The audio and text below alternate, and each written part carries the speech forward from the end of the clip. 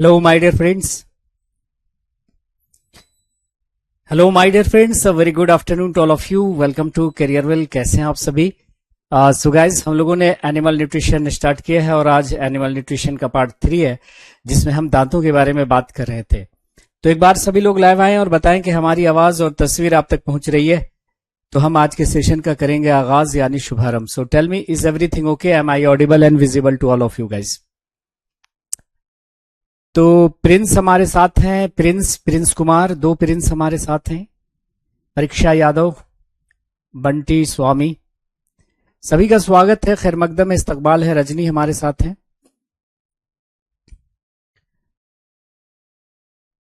बंटी स्वामी, Prince, Bipin, विश्वास, बिल्कुल present हैं आप लोग। राधे राधे। अंजलि हमारे साथ हैं। तो चलिए, सभी का स्वागत है, खैर मकदम इस्तकबाल है। बिना किसी देर के हम चलते हैं अपने टॉपिक पर। पिछले क्लास में हम लोगों ने दांतों का जिक्र किया था कि ह्यूमन में अगर हम बात करें तो ह्यूमन के टीथ एक जैसे नहीं है, उनका फंक्शन भी डिफरेंट है, उनका स्ट्रक्चर भी डिफरेंट है। इसलिए हम अपने दांतों को कह रहे थे हेट्रोडोंट। हेट्रोडोंट मीन्स विभिन्न प्रकार के दंत, है ना? विभिन्न प्रकार के दंत हमारे पास थे, ठीक है। और कितने प्रकार के? तो 4 प्रकार के, आईसीपीएम। आईसीपीएम, ठीक है जी। इंसीजर, केनाइन, प्रीमोलर्स और मोलर्स, कृंतक, रदनक, अग्र चवर्णक और चवर्णक। और फिर हमने कहा था कि ये जो हाथी के जो दांत होते हैं वो रूपांतरित कृंतक होते हैं। मुझे लगता है कि यहां तक हम लोग बात कर चुके हैं, ठीक है जी। संकेत साहब, क्लियर है ना सब कुछ? आवाज और तस्वीर हमारी जा रही है? सत्यजीत रॉय साहब, राधे राधे। मोहित हमारे साथ हैं, नमस्ते। स्नेहा हमारे साथ हैं, ठाकुर शिवानी हमारे साथ हैं, राधे राधे शिवानी। आशीष कुमार मीना साहब हैं। तो अब देखिए, कमेंट को बंद करिए और चलिए हम लोग चलते हैं इससे आगे की तरफ। तो हमने स्ट्रक्चर और फंक्शन के आधार पे, कि दांतों की संरचना और उनके कार्य के आधार पे दांतों को 4 प्रकार में बांटा था। लेकिन ओरिजिन के आधार पे, उत्पत्ति के आधार पे भी दांत 2 तरह के हम लोग बोल सकते हैं। एक जो पहली बार दांत आते हैं माय डियर फ्रेंड्स, उसे कहते हैं मिल्क टीथ, दूध के दांत। और जब दूध के दांत टूटते हैं तो इसकी जगह पे जो दांत आते हैं उसको कहते हैं परमानेंट टीथ। तो ये जो विभाजन है दांतों का, ये है उत्पत्ति के आधार पे, वो था स्ट्रक्चर और फंक्शन के आधार पे। कल का पीएनजी अपलोड नहीं हुआ है, अभी करवाते हैं, ठीक है, अभी करवाते हैं।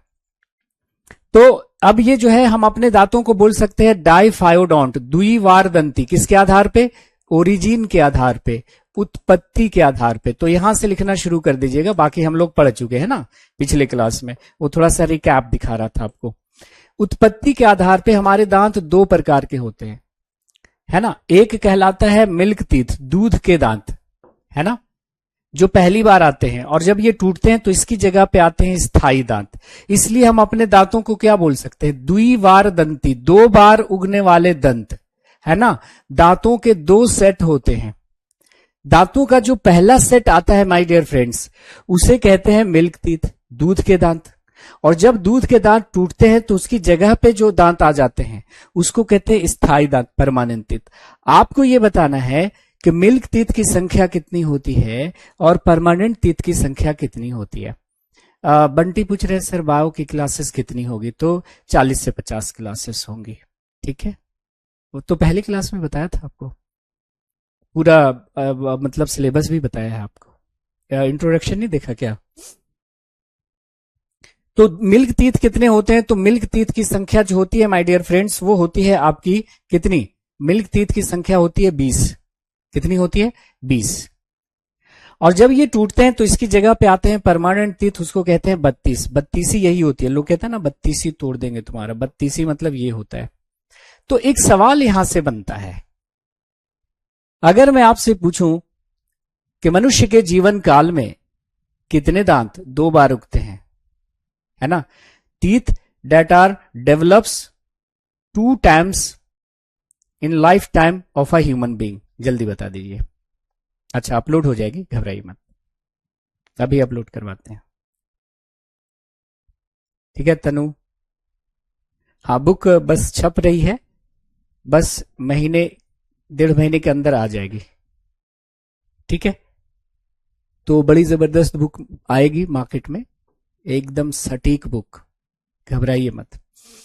तो अगर मैं आपसे ये पूछ दूं कि मनुष्य के जीवन काल में 2 बार कितने दांत उगते हैं, ऑप्शंस हैं 4, 12, 20, 28। बताइए आप लोग, मनुष्य के जीवन काल में 2 बार कितने दांत उगते हैं? ठीक है जी, जल्दी बताएं। नोट्स बना लिए वीओडी से? चलिए बहुत अच्छी बात है, बहुत खूब बहुत खूब। तो देखो भाई साहब कि उत्तर इसका हो जाएगा 20। क्यों? आप कहोगे 20 दांत पहली बार उगेंगे और ये सारे टूटेंगे, इसकी जगह पे 20 दोबारा आएंगे, तो 20 दांत जीवन में 2 बार उगे कि नहीं उगे, ये बताओ। अच्छा, कितने नए उगे के 32 हुए? कितने नए उगे के 32 हुए? तो आप कहेगा सर 32 माइनस 20 बराबर कितना? 12। 12 दांत जीवन में एक ही बार उगते हैं। पहली बार कितने दांत आए? 20 दांत आए, और 20 ये सारे टूट गए, उसकी जगह पे 20 नए उगे, तो 20 दांत जीवन में 2 बार हुए ना। अच्छा, कितने दांत नए उगे के 32 हुए? 12 ना। तो जीवन में एक ही बार उगने वाले दांतों की संख्या कितनी होगी? 12। और 2 बार उगने वाले दांतों की संख्या कितनी होगी? 20। नोट कर लीजिएगा। तो जीवन में ऐसे लिख लीजिएगा, पॉइंट वाइज, ये सब लिखने की जरूरत नहीं, लिख लीजिएगा जीवन में 2 बार उगने वाले दांतों की संख्या 20 और जीवन में एक ही बार उगने वाले दांतों की संख्या 12। ठीक है, ऐसे पॉइंट वाइज करके नोट करके लिख लीजिएगा। ठीक है जी। फेस पर दाने क्यों आते हैं? फेस पर दाने आते हैं जब आदमी जवान होना शुरू होता है तो बॉडी में हार्मोनल चेंजेस होते हैं, तो फेस पर दाने आते हैं। उसके बाद प्यूबर्टी के बाद यानी यौनारंभ के बाद जो अगर आपके फेस पर दाने आते हैं तो पेट साफ आपका नहीं है ना। सैलेड वगैरह खाइए, कब्जियत नहीं रखिए तो पेट पर फेस पर दाने नहीं आएंगे। मल्टीविटामिन्स वगैरह लेते रहिए, सब्जी का यूज करिए और सिट्रस फ्रूट का यूज करिए, खट्टे फल का यूज करिए, ऑरेंज जूस, मौसमी जूस, लेमन जूस लेते रहिए तो दाने नहीं आएंगे। कोई शक?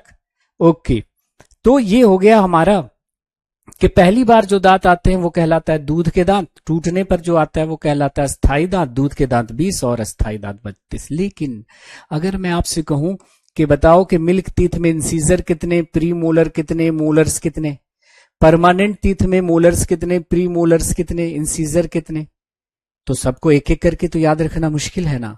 तो हम दांतों की संख्या और उसका क्रम याद रखने के लिए माय डियर फ्रेंड्स पढ़ते हैं डेंटल फॉर्मूला, दंत सूत्र। ठीक है, तो अब 11th क्लास पे आ रहे हैं, क्योंकि डेंटल फॉर्मूला आपको 10th तक नहीं पढ़ना है, तो थोड़ा सा ध्यान दीजिएगा, समझ में आ जाएगा, उतना टफ नहीं है। So let us start with dental formula. ठीक है जी, डेंटल फॉर्मूला। ओके, तो हम लोग पढ़ेंगे डेंटल फॉर्मूला, हिंदी में इसको कहते हैं माय डियर फ्रेंड्स दंत सूत्र। ये डेंटल फॉर्मूला जानते हैं क्या होता है? डेंटल फॉर्मूला होता है number of teeth, number of teeth in upper half, ऊपरी आधे जबड़े में दांतों की संख्या बटा number of teeth in number of teeth in lower half, lower half, निचले आधे जबड़े में दांतों की संख्या गुना 2 multiplied by 2 will be your dental formula. Hindi वाले क्या लिख लेंगे? ऊपरी आधे जबड़े में दांतों की संख्या, हिंदी वाले लिखेंगे ऊपरी आधे जबड़े में दांतों की संख्या बटा निचले आधे जबड़े में दांतों की संख्या गुना 2 बराबर क्या हो गया? Dental formula. कुछ नहीं आया समझ में? समझाते हैं इसको। अभी तो कुछ समझ में नहीं आया होगा कि ये क्या कह रहे हैं सर, है ना। अब भी समझाता हूं, एकदम आसान कर दूंगा मैं आपको, घबराना नहीं है मेरे रहते हुए। ठीक है जी, कहना क्या चाह रहा हूं देखिए, ये सपोज करें कि आपका ऊपरी आधा जबड़ा है यहां से यहां तक, ठीक है, ये ऊपरी आधा जबड़ा है, ये ऊपरी जबड़ा है पूरा, और यहां से हाफ कर दें, ये ऊपरी आधा जबड़ा हो गया, और ये निचला आधा जबड़ा हो गया यहां से यहां तक। तो हम क्या करते हैं दंत सूत्र बनाने के लिए, ऊपरी आधे जबड़े में दांतों की संख्या और बटा निचले आधे जबड़े में दांतों की संख्या, है ना, और 2 से क्या करेंगे? गुना कर देंगे, तो क्या बन जाएगा? Dental formula. क्योंकि ऊपरी आधे जबड़े में जितने दांत और जितने तरह के दांत, ठीक इधर भी उतने ही दांत और उतने तरह के दांत, निचले आधे जबड़े में जितने दांत और जितने तरह के दांत, ठीक इधर भी उतने ही दांत और उतने तरह के दांत। यानी फर्स्ट हाफ सेकंड हाफ का मिरर इमेज होता है। जैसे इधर मान लिया है आपका ICPM, कर, अच, कृंतक, रदनक, अग्र, चवर्णक, तो इधर भी क्या होगा ICPM, ठीक इधर भी होगा। यानी तो जितने दांत और जितने तरह के दांत इधर, ठीक उतने ही दांत और उतने तरह के दांत इधर। नीचे भी निचले आधे जबड़े में जितने दांत और जितने प्रकार के दांत, इधर भी उतने ही दांत और उतने प्रकार के दांत। तो हमने क्या लिया कि ऊपरी आधे जबड़े में दांतों की संख्या लिया, निचले आधे जबड़े में दांतों की संख्या लिया, और क्या कर दिया 2 से गुना कर दिया, क्योंकि जितने दांत इधर होंगे इतने दांत इधर होंगे, जितने दांत इधर होंगे इतने दांत इधर होंगे, है ना। तो डेंटल फॉर्मूला के लिए हम लोग क्या लिख दिया कि ऊपरी आधे जबड़े में दांतों की संख्या बटा निचले आधे जबड़े में दांतों की संख्या गुना 2 बराबर क्या हो गया डेंटल फॉर्मूला। अभी भी समझ में नहीं आया तो चलो हम आपका जबड़ा दिखा देते हैं और समझा देते हैं, ठीक है। अब तो समझ में आना जरूरी है। जैसे अगर मैं आपसे कहूं कि परमानेंट टीथ का डेंटल फॉर्मूला क्या होता है, परमानेंट टीथ, स्थायी दांत, स्थायी दांत का जो डेंटल फॉर्मूला होता है वो होता है आपका, स्थायी दांत का जो डेंटल फॉर्मूला होता है वो क्या होता है, स्थायी दांत का जो डेंटल फॉर्मूला होता है वो होता है आपका 2123 बटा 2123 गुना 2 बराबर 32, और क्रम वही लिखेंगे क्या ICPM, ICPM यानी कर, अच। ये क्या है डेंटल फॉर्मूला है किसका, स्थायी दांत का क्या है डेंटल फॉर्मूला है, स्थायी दांत का डेंटल फॉर्मूला है, दंत सूत्र है। आप कहेगा सर ये क्या है 2123 गुना 2 बराबर 32 कैसे हो गया।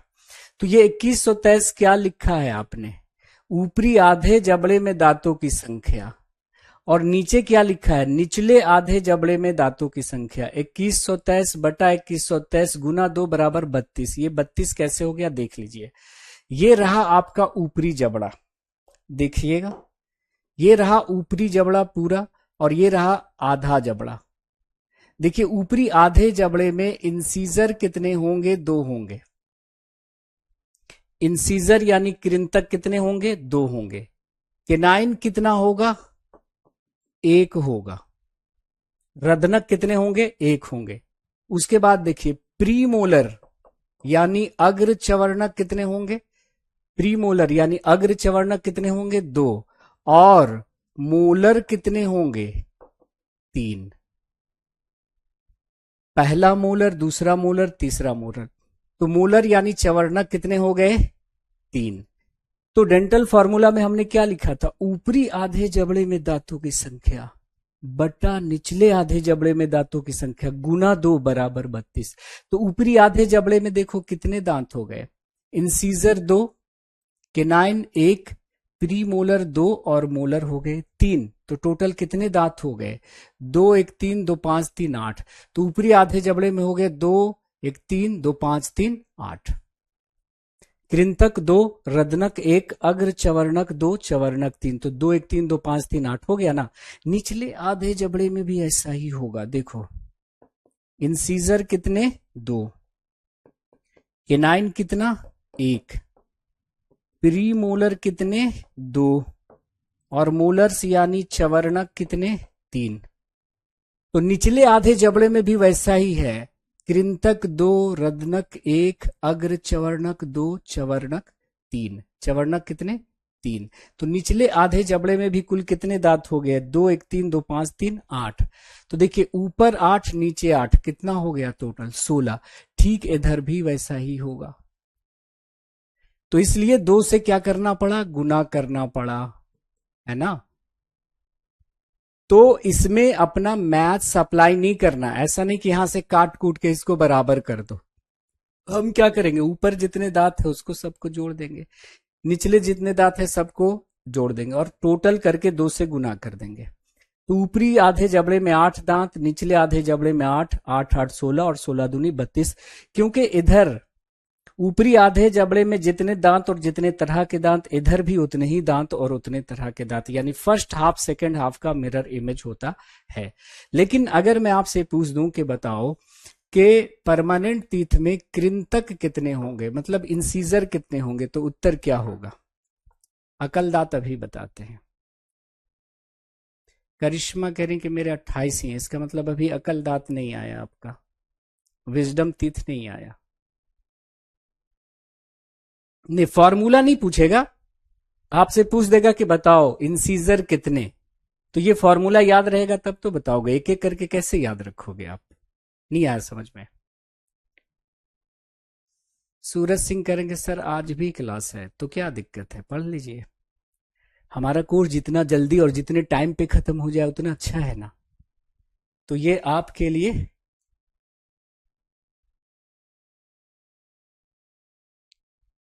इंस्टाग्राम नहीं आ रही है, आएगी।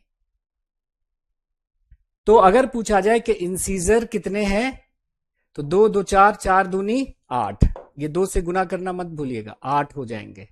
अगर पूछा जाए कि बताओ कि केनाइन यानी रदनक कितने हैं, तो 1 1 2, 2 दूनी 4।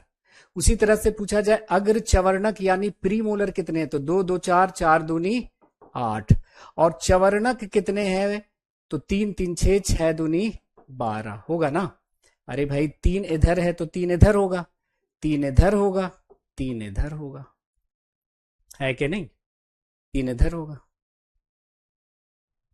ओके, तो 2123 बटा 2123 गुना 2 बराबर क्या होगा? 32। ये हो गया हमारा परमानेंट टीथ का क्या? Dental formula. उसी तरह से अब हम लोग मिल्क टीथ का डेंटल फॉर्मूला देखने जा रहे हैं। Now we are going to discuss the dental formula. दंत सूत्र किसका? दंत सूत्र देखने जा रहे हैं मिल्क टीथ का, दूध के दांत का। दूध के दांत का डेंटल फॉर्मूला याद रखना है आपको, 2102 बटा 2102 गुना 2 बराबर 20।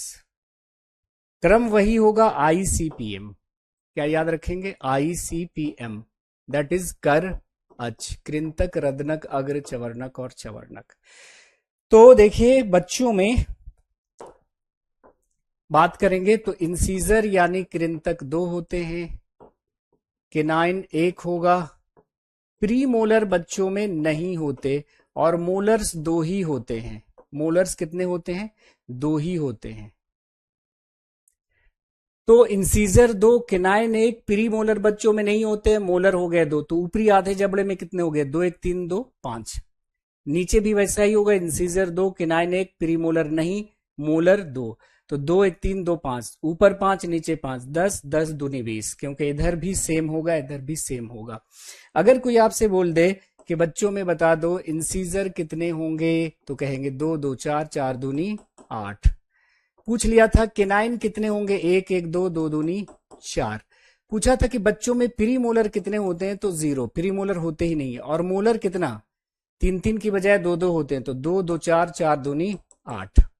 ये जो लास्ट मोलर है ना, इधर एक आएगा, इधर एक आएगा, इधर एक आएगा, इधर एक आएगा। एक ऊपर में लास्ट आता है, एक इधर आता है, एक इधर आता है, एक इधर आता है, 4 की संख्या में। अंतिम जो चवर्णक होगा या थर्ड मोलर होगा, पहला मोलर, दूसरा मोलर, तीसरा मोलर, है ना, पहला दूसरा तीसरा, पहला दूसरा तीसरा, पहला दूसरा तीसरा। ये जो लास्ट मोलर होता है वो 18 से 25 साल की उम्र में आता है, और ये जो लास्ट मोलर है या थर्ड मोलर है, इसको कहते हैं विजडम टीथ, अकल की दांत, या अकल दांत कहते हैं। क्या कहते हैं? अकल दांत।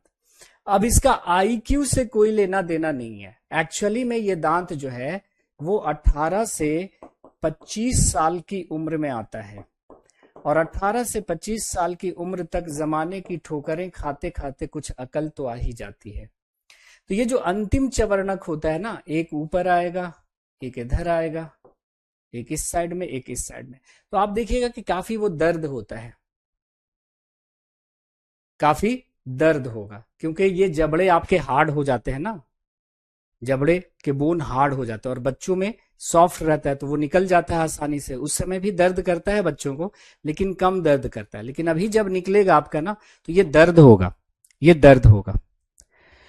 तो 18 से 25 साल तक की उम्र आते आते जो है ये विजडम टीथ जो है वो आ जाता है ना।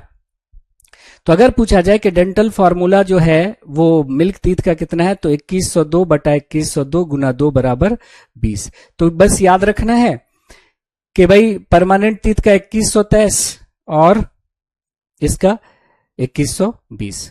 हो गया सबको? कोई दिक्कत समझने में?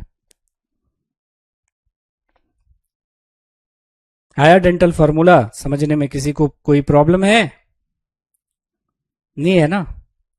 चलिए, अगर आपसे पूछा जाए कि भाई विजडम टीथ क्या होता है, अकल की दांत क्या होती है, तो कहिएगा सर ये क्या होता है, लास्ट मोलर, लास्ट मोलर या थर्ड मोलर,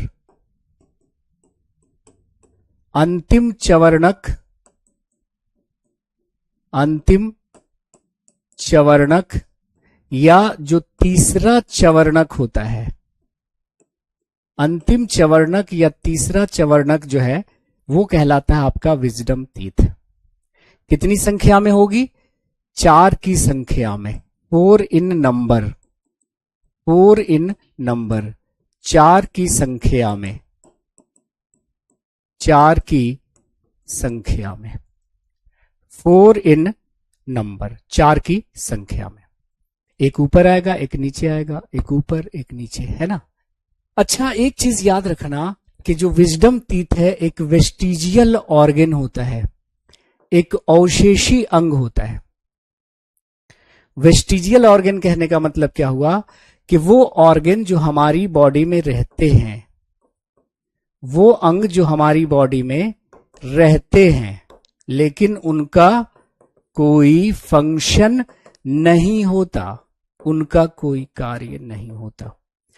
तो वो अंग जो हमारे शरीर में उपस्थित तो हैं लेकिन कोई कार्य नहीं करते, ऐसे अंगों को कहते हैं अवशेषी अंग। उसमें से एक हमारा है कौन? एक हमारा है विजडम टीथ। क्या है? Wisdom teeth. ये विजडम टीथ इतना साइड में है आपके बक्कल कैविटी के एकदम लास्ट में कि इसका फूड को चबाने में कोई रोल नहीं है, उधर फूड जाता ही नहीं है। हाँ, फूड को फंसाने में उसका रोल है, उधर जाकर फूड फंस जाता है। और अगर आपके ब्रशिंग का तरीका प्रॉपर नहीं है तो सबसे पहले कैविटी उसी में होती है ना, सबसे पहले उसी में कैविटी हो जाएगी, क्योंकि उधर जाकर भोजन अक्सर फंस जाते हैं। अगर आपसे पूछ लिया जाए कि मानव शरीर में कुल अवशेषी अंगों की संख्या कितनी है, कुल अवशेषी अंगों की संख्या कितनी है? ऑप्शन देता हूं, 4, 8, 50, 100। उत्तर दीजिए, उत्तर दीजिए।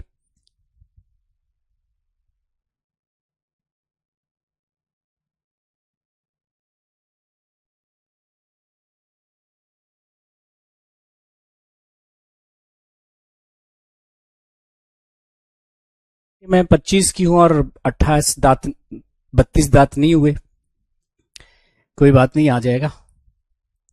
चलिए, तो उत्तर हो जाएगा, इसका उत्तर हो जाएगा माय डियर फ्रेंड्स 100। 100। हमारे शरीर में 100 वेस्टिजियल, 100 अंग ऐसे हैं जिसका कोई काम नहीं है। अब हम इन वेस्टिजियल ऑर्गन को देखेंगे कहां पर? इन वेस्टिजियल ऑर्गन को हम लोग देखेंगे एकदम लास्ट जो टॉपिक हमारा होगा, ऑर्गेनिक इवोल्यूशन। 4 तो एक ही अंग हो गया ना, 4 की संख्या में। विजडम टीथ एक अंग है, उसकी संख्या कितनी है? 4। ऐसे ऐसे 100 वेस्टिजियल ऑर्गन हमारी बॉडी में है जो काम नहीं करते। जैसे हमारा अपेंडिक्स भी क्या है? वेस्टिजियल ऑर्गन है। पुरुषों के जो निपल्स हैं वो क्या है? वेस्टिजियल ऑर्गन है।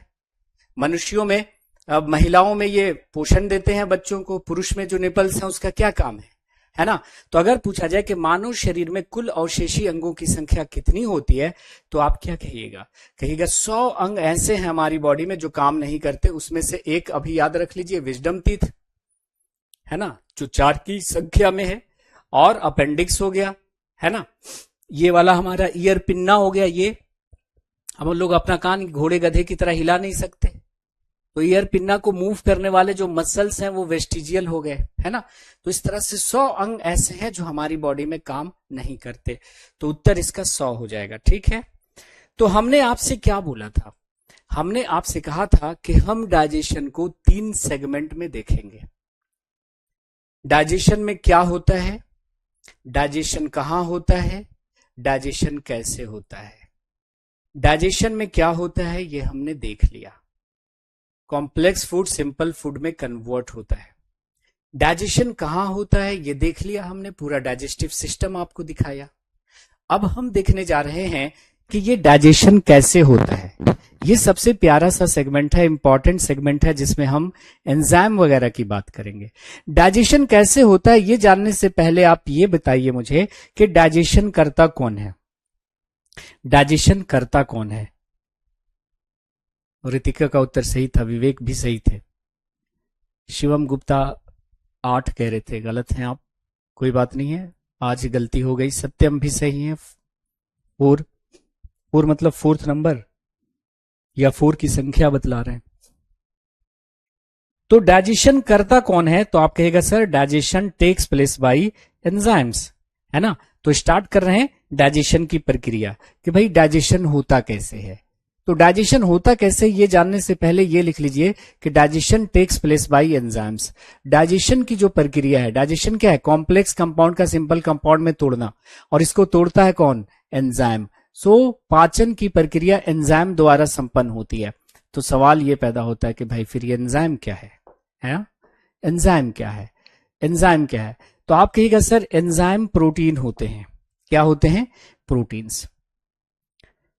सारे के सारे एंजाइम क्या होते हैं? प्रोटीन, एक्सेप्ट एक एक्सेप्शन है, जरा उसे याद रख लीजिएगा। सारे के सारे एंजाइम प्रोटीन होते हैं। अपवाद अगर पूछ लिया जाए तो उत्तर आप लोग बता दीजिए। उत्तर है आपका राइबोजाइम। क्या है? राइबोजाइम। राइबोजाइम जो है वो आरएनए है जो एंजाइम जैसा फंक्शन करता है।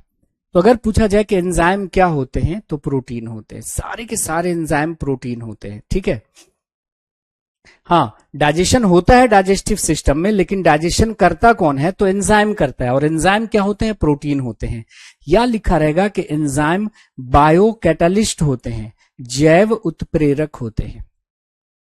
ये बायो कैटालिस्ट क्या है?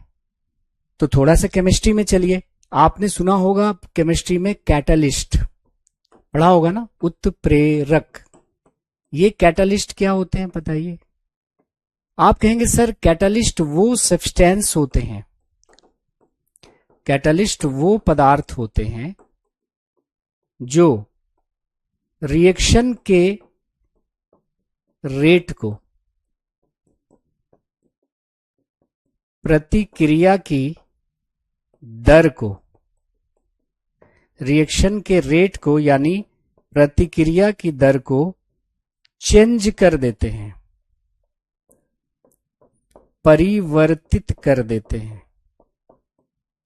परिवर्तित कर देते हैं मतलब, परिवर्तित कर देते हैं मतलब या तो बढ़ा देते हैं या तो घटा देते हैं। परिवर्तन का मतलब ये होता है ना, या तो बढ़ाना या फिर घटाना। तो अगर कोई आपसे पूछे कि कैटालिस्ट क्या होता है केमिस्ट्री में, तो कैटालिस्ट वो सब्सटेंस होते हैं जो रिएक्शन के रेट को चेंज कर देते हैं, प्रतिक्रिया की दर को परिवर्तित कर देते हैं। परिवर्तित करना मतलब या तो घटाना या फिर बढ़ाना।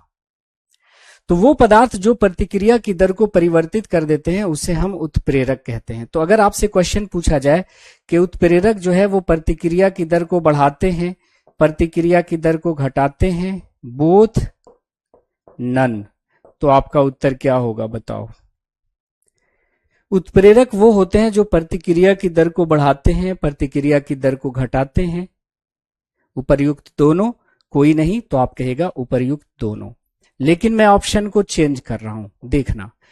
कैटालिस्ट वो होते हैं जो प्रतिक्रिया की दर को बढ़ाते हैं, प्रतिक्रिया की दर को घटाते हैं, प्रतिक्रिया की दर को कांस्टेंट रखते हैं, बराबर रखते हैं, है ना, चेंज होने नहीं देते, या कांट से कुछ कह नहीं सकते। अब बताइए, अब उत्तर क्या होगा? अब आपका उत्तर क्या होगा? यहां पे तो था बोथ, तो आपने बोथ लगा दिया उत्तर। लेकिन अब हमने ऑप्शन चेंज कर दिया कि उत्प्रेरक वो होते हैं जो प्रतिक्रिया की दर को बढ़ाते हैं, घटाते हैं, एक समान रखते हैं। None of this. तो अगर ऐसा सिचुएशन आ जाए कि दोनों में किसी एक को प्रायोरिटी देने को पड़े तो आप कहेगा जनरली बढ़ाते हैं, जनरली बढ़ाते हैं, कभी कभी ये घटा भी सकते हैं, ठीक है। तो उत्प्रेरक वो होते हैं जो प्रतिक्रिया की दर को चेंज करते हैं। एंजाइम भी उत्प्रेरक हैं, लेकिन चूंकि ये बॉडी में बनते हैं, एनिमल बॉडी में या प्लांट बॉडी में बनते हैं, इसलिए इसे बायो कैटालिस्ट कहते हैं। क्या कहते हैं माय डियर फ्रेंड्स? एंजाइम्स को बायो कैटालिस्ट क्यों कहते हैं? क्योंकि ये प्रतिक्रिया की दर को बढ़ाते हैं। बात आ रही है समझ में? ओके। तो अगर आपसे क्वेश्चन पूछा जाए कि एंजाइम होते हैं protein, biocatalyst, both, none, फिर से क्वेश्चन आ गया, एंजाइम होते हैं protein, biocatalyst, both, none, तो उत्तर क्या हो जाएगा? बोथ, है ना। एंजाइम का नेचर क्या है? प्रोटीन है, लेकिन काम क्या है? तो कैटालिस्ट वाला काम है। काम क्या है? कैटालिस्ट वाला काम है। ठीक है जी विवेक, आ रही है बात समझ में? सूर्य प्रकाश और ऋतिक, अर्पण मुखर्जी, आशीष कुमार, मीना, अंजलि, जनरली इंक्रीज करते हैं। Yes, Anjali saying generally increase करते हैं, कभी कभी घटा भी देते हैं। तो ये तो थोड़ा सा हल्का सा हमने बोल दिया एंजाइम के बारे में। अब जैसा कि आप जानते हैं माय डियर फ्रेंड्स कि डाइजेशन की जो प्रोसेस है, डाइजेशन की जो प्रक्रिया है, वो कहां से शुरू होती है? तो हमारे बक्कल कैविटी से शुरू होती है। कहां से?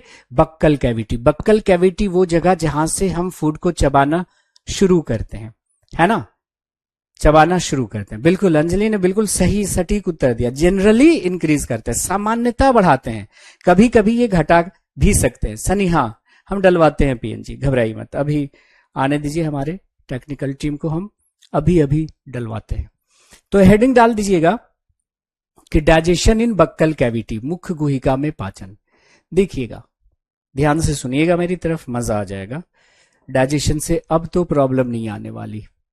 ये देखिए हमारा बक्कल कैविटी है ना, और ये इसोफेगस है, और ये आपका स्टमक है।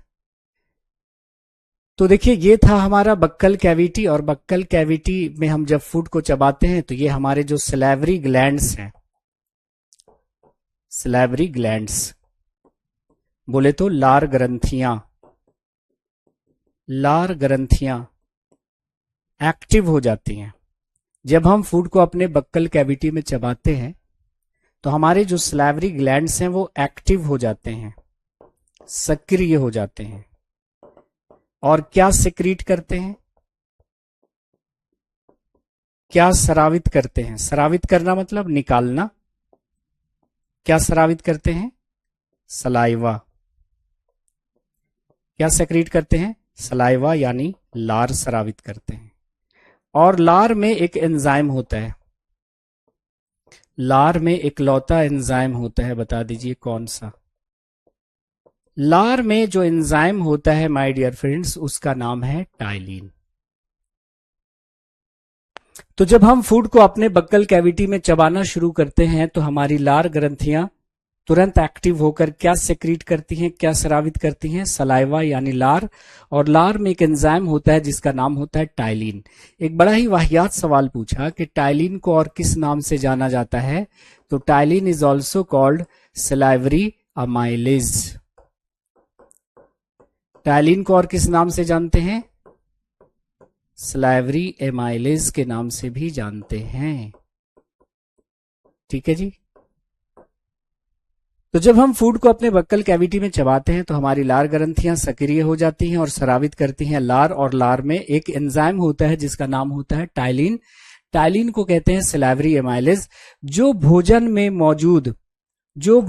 मौजूद स्टार्च को, है ना, स्टार्च को शुद्ध हिंदी में क्या कहते हैं? मंड कहते हैं। स्टार्च को किस में बदल देता है?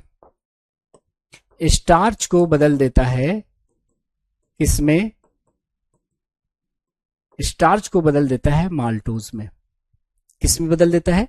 माल्टोज में। ठीक है, तो अगर क्वेश्चन पूछा जाए कि saliva contains which of the following enzyme, लार में कौन सा एंजाइम होता है? You will say ptyalin. Ptyalin is also called salivary amylase. Ptyalin किसका डाइजेशन करता है? तो स्टार्च का। टाइलिन किसका डाइजेशन करता है? स्टार्च का। स्टार्च को किस चीज में बदल देता है? माल्टोज में। ये माल्टोज क्या है आगे समझ में आएगा। तो अगर मैं आपसे पूछूं सीडीएस के लेवल का सवाल, ये तो सीजीएल लेवल का सवाल हो गया कि टाइलिन किसका पाचन करता है, तो स्टार्च का। स्टार्च को किस में बदल देता है? माल्टोज में। अब सीडीएस लेवल का सवाल, पीसीएस लेवल का सवाल आपसे पूछ रहा हूं कि हमारे बक्कल कैविटी में फूड के किस कंपोनेंट का डाइजेशन होता है? बताइए। हमारे मुख्य गुहिका में भोजन के किस घटक का पाचन होता है? उत्तर की अपेक्षा बताइए।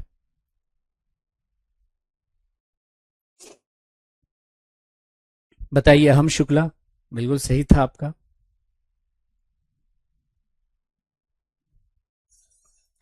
Saliva mostly helps in digestion of food. Yes, तो किसका डाइजेशन करती है ये बताइए अंजलि। स्टार्च है क्या? तो अगर पूछा जाए कि स्टार्च क्या है, तो स्टार्च क्या है? एक प्रकार का कार्बोहाइड्रेट है। हम आलू खाते हैं, उसमें मेनली क्या होता है? कार्बोहाइड्रेट होता है। उस कार्बोहाइड्रेट का नाम क्या है? स्टार्च। चावल खाते हैं मुख्यतः, उसमें कार्बोहाइड्रेट होता है जिसका नाम क्या है? स्टार्च। ठीक है, तो अगर पूछा जाए कि भोजन के किस घटक का पाचन होता है, तो उत्तर क्या हो जाएगा? कार्बोहाइड्रेट। फैट का डाइजेशन बक्कल कैविटी में नहीं होता। प्रोटीन का डाइजेशन बक्कल कैविटी में नहीं होता। सिर्फ किसका डाइजेशन हो रहा है? कार्बोहाइड्रेट का डाइजेशन हो रहा है। नीव कुमार ने बिल्कुल सही पकड़ा कि मैं पूछना क्या चाह रहा था। बात आ रही है समझ में संकेत साहब, निधि यादव? ओके, तो बस बक्कल कैविटी में तो इतना ही होता है। ये जब तक हम मुंह में फूड को चबा रहे होते हैं ये सारा काम हो जाता है। सूर्य प्रकाश, बिल्कुल सही आप। अंजलि कह रहे हैं कि काब का होता है, बिल्कुल सही फरमाया आपने। नाउ अब हम भोजन को निगल लेंगे, तो ये भोजन जो है वो आपका फेरिंग्स इसोफेगस होता हुआ कहाँ आ जाएगा? स्टमक में आ जाएगा। कहाँ आ जाएगा? स्टमक में आ जाएगा।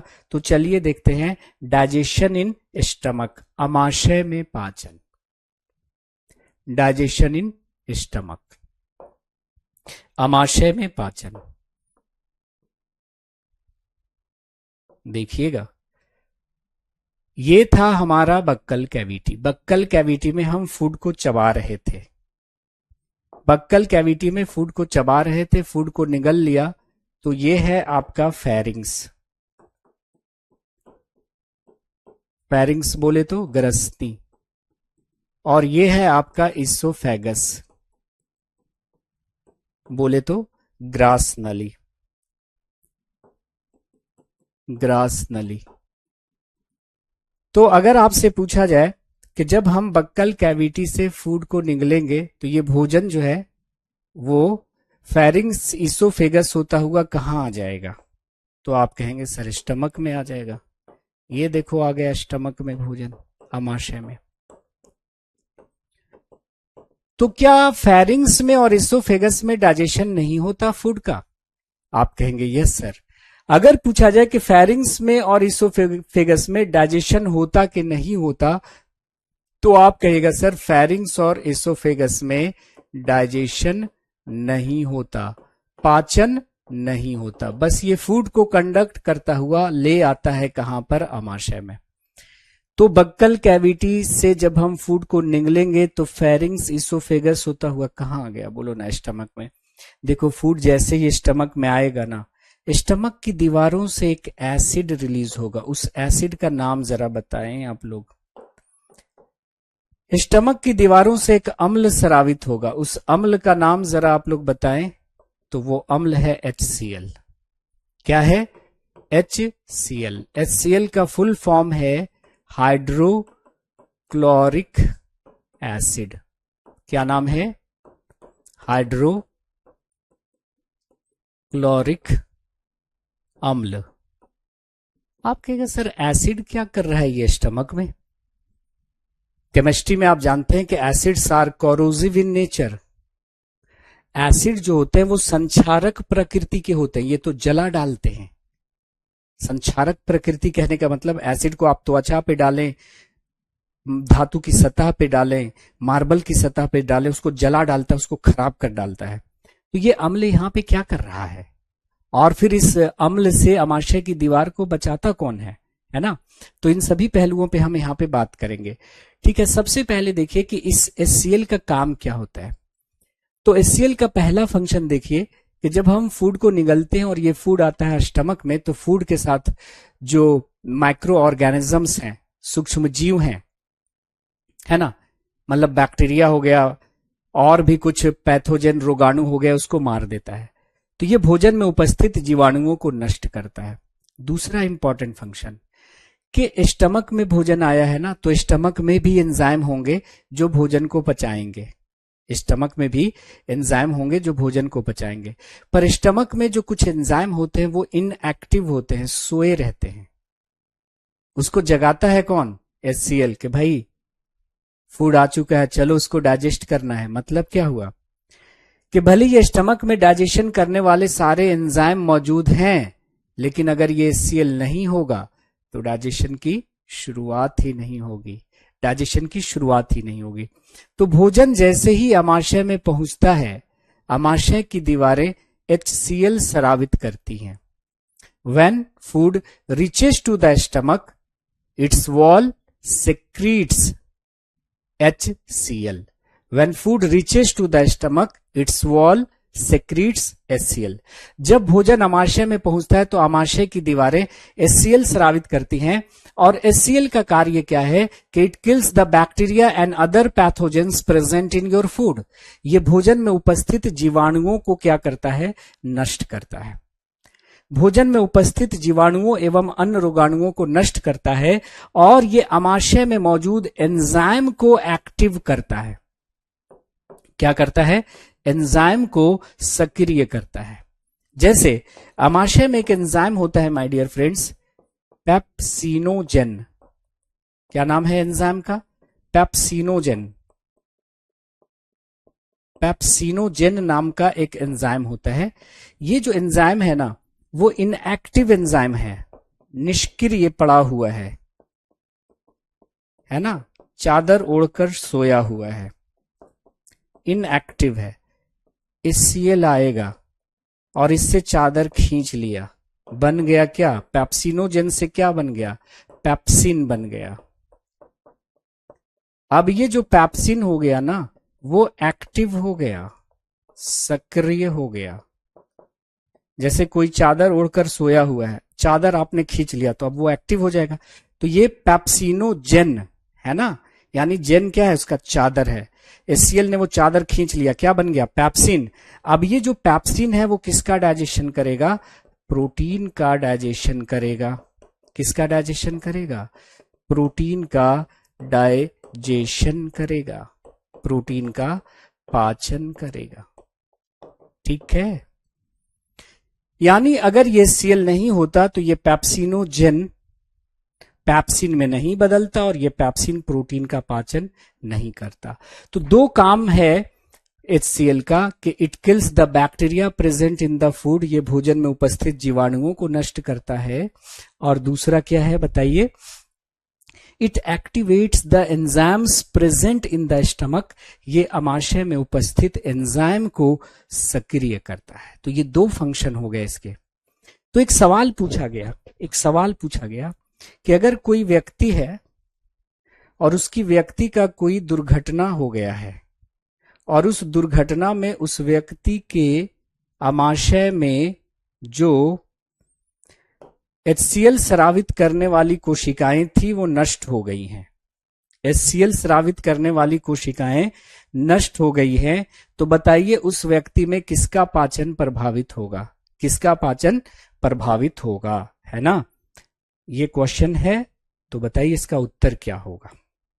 क्वेश्चन क्या है, एक व्यक्ति है और उसका कोई अज्ञात दुर्घटना हो गया है, और उस दुर्घटना के कारण अम्ल स्रावित करने वाली कोशिकाएं क्षतिग्रस्त हो गई हैं, तो उस व्यक्ति में किसका पाचन प्रभावित होगा, किसका पाचन प्रभावित होगा? तो उत्तर हो जाएगा केवल प्रोटीन का। क्यों?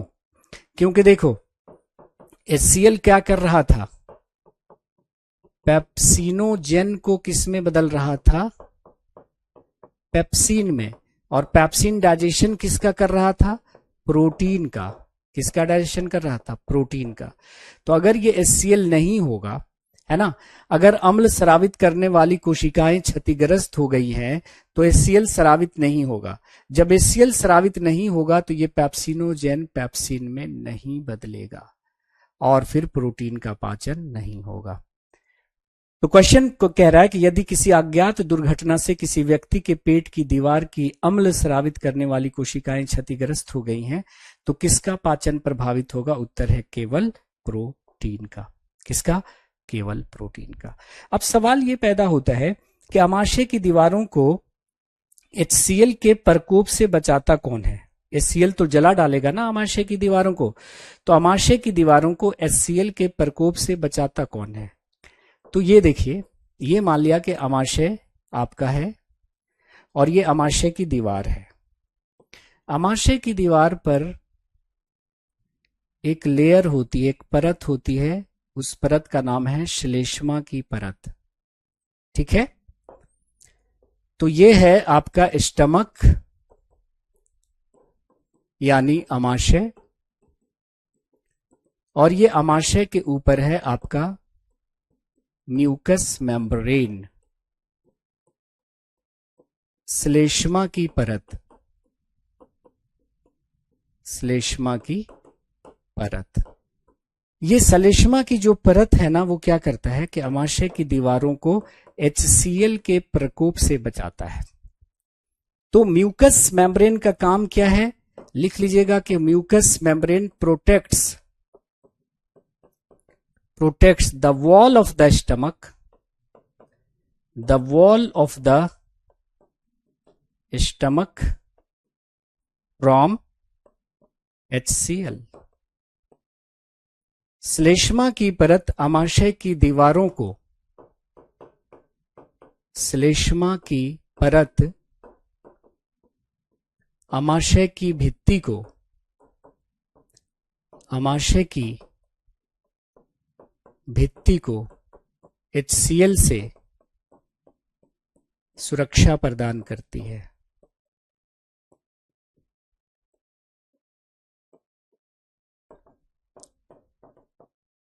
ठीक है, लेकिन आप जानते हैं कि आपने अगर ज्यादा खाना खा लिया है या खराब खाना खा लिया है या समय पर नहीं खाया है तो HCl ज्यादा सेक्रीट हो जाता है, और HCl का ज्यादा सेक्रीट हो जाना कहलाता है एसिडिटी। क्या कहलाता है? एसिडिटी। एसिडिटी का मतलब HCl का ज्यादा स्रावित हो जाना। अगर आपने एसिडिटी को कंट्रोल में नहीं रखा तो ये HCl की मात्रा ज्यादा बढ़ेगी, जिससे आपके अमाशय की दीवारों में जख्म हो जाएगा, घाव हो जाएगा, और अमाशय की दीवारों में घाव हो जाना ये कहलाता है आपका पेप्टिक अल्सर। क्या कहलाएगा? पेप्टिक अल्सर कहलाएगा। अल्सर मतलब क्या होता है? जख्म या घाव। अमाशय की दीवारों में घाव हो जाएगा। तो पेप्टिक अल्सर का मतलब होता है अमाशय की दीवारों में घाव हो जाना। क्यों? HCl ज्यादा अगर सिक्रीट हो रहा है, आपने एसिडिटी को कंट्रोल में नहीं रखा तो ये HCl अमाशय की दीवारों को खाने लगेगा और अमाशय की दीवारों में जख्म हो जाएगा, और अमाशय की दीवारों में जख्म आना कहलाता है पेप्टिक अल्सर। तो याद कर लीजिएगा माय डियर फ्रेंड्स कि पेप्टिक अल्सर के दो कारण होते हैं। पेप्टिक अल्सर, आपके कमेंट्स में थोड़ी प्रॉब्लम आ रही है, कमेंट्स मुझे नहीं दिख रहे माय डियर फ्रेंड्स, तो कोई भी क्वेश्चन होगा ना तो कल पूछ लीजिएगा। कमेंट अचानक से चला गया है, ठीक है? तो अगर आज के सेशन में कोई डाउट आ रहा होगा, है ना, तो कल पूछ लीजिएगा। पेप्टिक अल्सर का एक कारण क्या हुआ? पेप्टिक अल्सर का एक कारण हुआ एसिडिटी। एसिडिटी को कंट्रोल में ना रखना, एसिडिटी। और दूसरा कारण हो गया हमारा एक बैक्टीरिया जिसका नाम है H. पाइलोरी। एच पाइलोरी, क्या नाम है? एच पाइलोरी नाम का क्या है? एक बैक्टीरिया, एक जीवाणु। ये सीडीएस में सवाल था। तो एक तो एसिडिटी को आप कंट्रोल में नहीं रख रहे हैं, और दूसरा एच पाइलोरी नाम का एक बैक्टीरिया होता है जो अमाशय की दीवारों में जख्म यानी पैप्टिक अल्सर कॉज करता है। तो आज के लिए इतना ही my dear friends. Next class में जो है हम इससे आगे का जिक्र करेंगे। एक बार कमेंट दिखना आ रहा है? तो कोई बात नहीं है, नेक्स्ट क्लास में हम देखेंगे, आपके सवाल लेंगे, है ना। तो आज रहने देते हैं यहीं तक, मिलते हैं अगले सेशन में। और क्लास कैसी लगी एक बार कमेंट कर दीजिएगा। तो नेक्स्ट क्लास में मुलाकात होगी आपसे। Have a nice day, take care, bye bye, जय हिंद, thank you very much, see you again. और हमने प्लांट न्यूट्रिशन का अपलोड कर दिया है अपने यूट्यूब पर प्रैक्टिस सेशन, उसको एक बार आप लोग जाकर देख लीजिएगा।